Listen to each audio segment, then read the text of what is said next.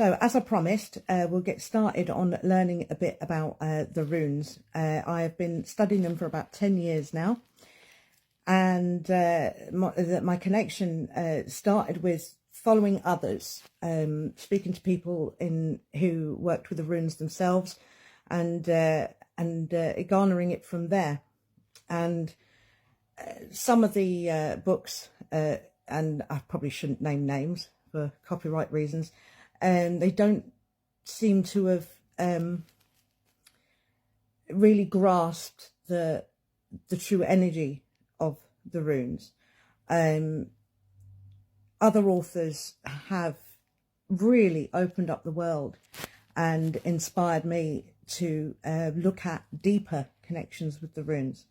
But since some of you are beginners and perhaps some of you aren't but want a little refresher, we'll start short and sweet. So the runes, very brief history, originated in Scandinavia and have gone on to other areas of the Germanic and Scandinavian world. So the origins of the Elder Futhark is mostly what I work with, and became the Younger Futhark and even the Anglo-Saxon runes. So there are several different sets of runes that you might come across, and certain of the symbols are written differently and have different names to them, alternative names, but you know, work with what feels right to you.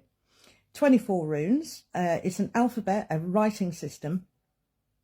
Now, I believe it became kind of mystical because of the demographic of the ancient people, where the majority of them were illiterate, but not in the way we perceive illiteracy. They just simply didn't know it, they didn't need it. So the symbols or the writing was kept to that sort of select few, the priests, witches, the elite class, used on tombstones. And so for the common man, the mysticism, I believe, grew because they simply didn't use it. So it was strange, it was amazing, it was something to aim for. Okay, and that's my belief. I've done no historical research on it. I just sort of use logic and just stuff that I've picked up, and it just seems logical that that's why they would gain this mystical perception. And you know, everything starts somewhere, and that's where I believe it started, with the lower classes, if you like, using these symbols magically because they didn't know how to write with them. So there endeth my first discussion.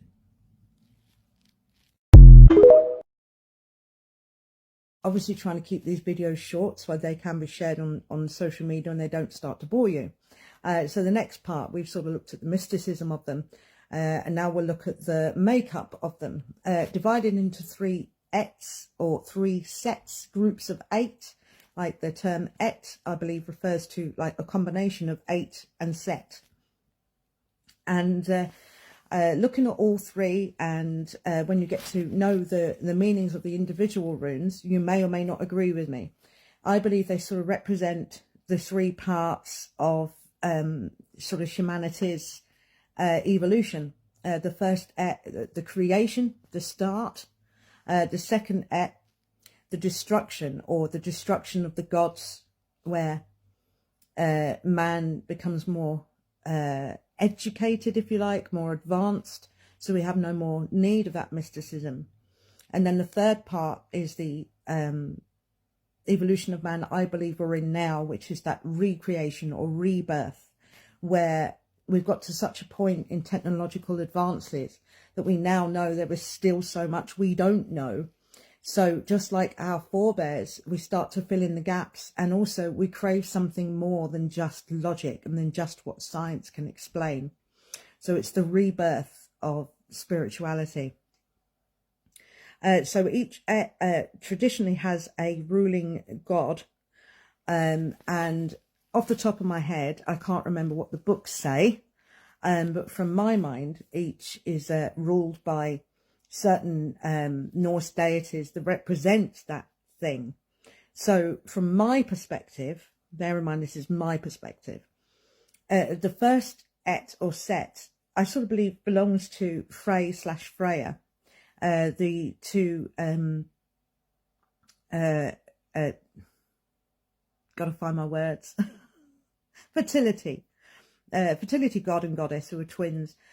You know, fertility, of course, gives rise to creation. So being that the first Et is related to creation, I believe that, from my perspective, Frey and Freya fit quite nicely into that. I will go and do my research and pop in the comments what the books say, but I can't remember off the top of my head. You know me, I like to ad-lib. So second Et, which concerns destruction, or one could say doing what is needed. You know, we couldn't stay in the realms of ignorance. So I believe this is ruled by the goddess Hela, who rules over the underworld. You know, that necessary, not evil, but she rules over the dead, those who die of she decides who goes where, if you like. Those who go to Valhalla or to Freya's hall, those who go to their ancestors' halls, you know, and those who have lived not such a good life and go elsewhere. So the second Et, I believe, that is ruled by her, who does what is necessary to bring about change.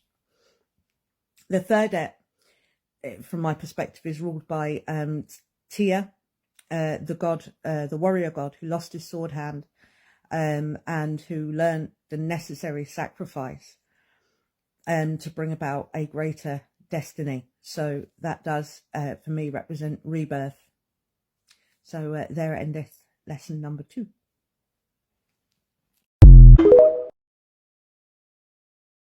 So excusing the background noise, I'm just going to quickly go through the 3 types of runes that I make, and starting out with the shapes and sizes. So I'm going to demonstrate to you my beginner rune set, my intermediate rune set, and my advanced rune set. And see, they're all different types of wood and sizes, and you'll possibly see why when I'm finished. Now, I won't go through the entire set. I will just do the first rune, which is Fehu, on each piece of wood. So here we go. The other thing you want is to get a pen. Now, I prefer a pen. It's less likely going to burn yourself than doing pyrography, but I like to use a fine liner, so you can keep those lines tight and it doesn't bleed so much when you draw it onto the wood. So I'll see if I can do this here with my beginner rune set there, and I'm starting with Fehu. So I just draw the outline of Fehu and I'll widen that up and then show you the finished result. And on my beginner rune set, I like to write the original meaning coming from our ancestors, the original meaning being cattle. So I write that carefully at the top, and like I say, I go over it again to make it nice and clear, because at the moment it's just a small line. And then I then connect with the energy of the rune, and I allow it to speak to me. And every set of runes I make is similar but different, because that set I'm making is essentially for the person that's going to buy them. Now, I don't know who's going to buy them. I just allow the energies to speak to me. Okay. So I'm just going to pause that while I write it, because it takes a while for me to write, to keep the video relatively short. So I'll see you in a moment.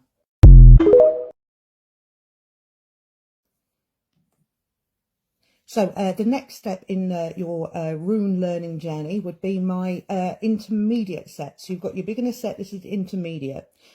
So the beginner set is to help you learn the shape of the rune and the name of the rune. So to try and memorize those into a sort of muscle memory. So next up, I have my, like I said, my intermediate set, where we no longer have the meanings directly on the rune itself. Now you're training your brain to connect with the runic energy. So this next set simply has the symbol and the name. And, oh, dropped that, crappy hands, excuse me, and nothing on the reverse. So with this set, you can start to learn how to use the runes, which of course I will do in an upcoming video at the end of my, well, you've got to learn it first before you can use it type thing. And so I've no problem whatsoever. I'm just tidying up the rune as I'm talking to you. No problem whatsoever with you taking this idea and creating your own set of runes. Now the blanks I simply buy online from eBay, blank wooden discs. Make sure you check the size of them, because sometimes they do them in imperial or metric, and I've gotten a bit confused before and got the wrong size and ended up with runes that are far too small or far too big. In fact, the accident in getting the big runes, the big wooden disc, sorry, is what gave me the inspiration of creating a beginner rune set. So, you know, happy accident. So just tidied it up a little there. Now, like I say, I do sell these, and I know they are not the best aesthetically, but hopefully you're getting the idea of this is my way of teaching you to build up your connection to the runes to read them. So yeah, we'll leave it there with the intermediate set with just the symbol and the name, building up your muscle memory. Next up is the advanced set. See you in a bit. Now the advanced set, and this particular set, the runes I'm making at the moment are to replace runes I've already sold on my stall. So I have two different sizes of them. I use the same shape blank that I use for the intermediate set, but just the symbol. And then I have, some people want them a little bit more rustic, so I've got my little rustic set. I don't know if you can see that, little wooden chips that look a bit more rustic than the what I assume are MDF pieces.